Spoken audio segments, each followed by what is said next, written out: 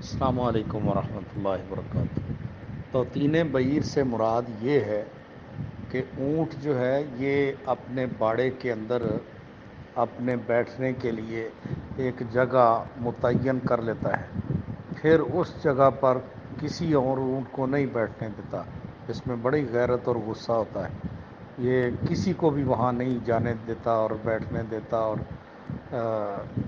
وہاں حتیٰ کہ جو یہ اس کے مالی ہوتے ہیں یا چرواہے ہوتے ہیں ان کو بھی برداشت نہیں کرتا، ان کے بھی پیچھے پڑ جاتا ہے۔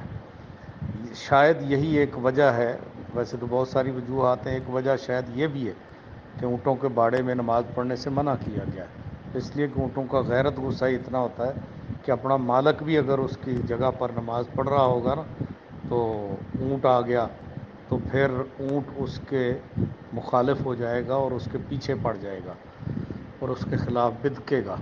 اس بنا پر اونٹوں کے باڑے میں نماز پڑھنے کی جو وجوہات اور کئی ہیں، ان میں سے ایک یہ بھی ہے۔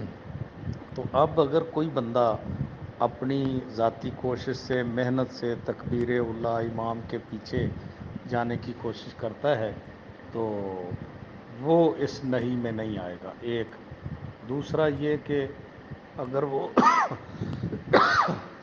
ہمیشہ آتا ہے اور کبھی کبھار وہ دائیں بائیں اس کو جگہ مل جائے تو بھائی ادھر ہی کھڑا ہو جائے، یہ نہ آ کر رپٹ ڈالے کہ میں تو یہاں کھڑا ہوتا تھا، یہ تو میری جگہ ہے، اس طرح درست نہیں ہے۔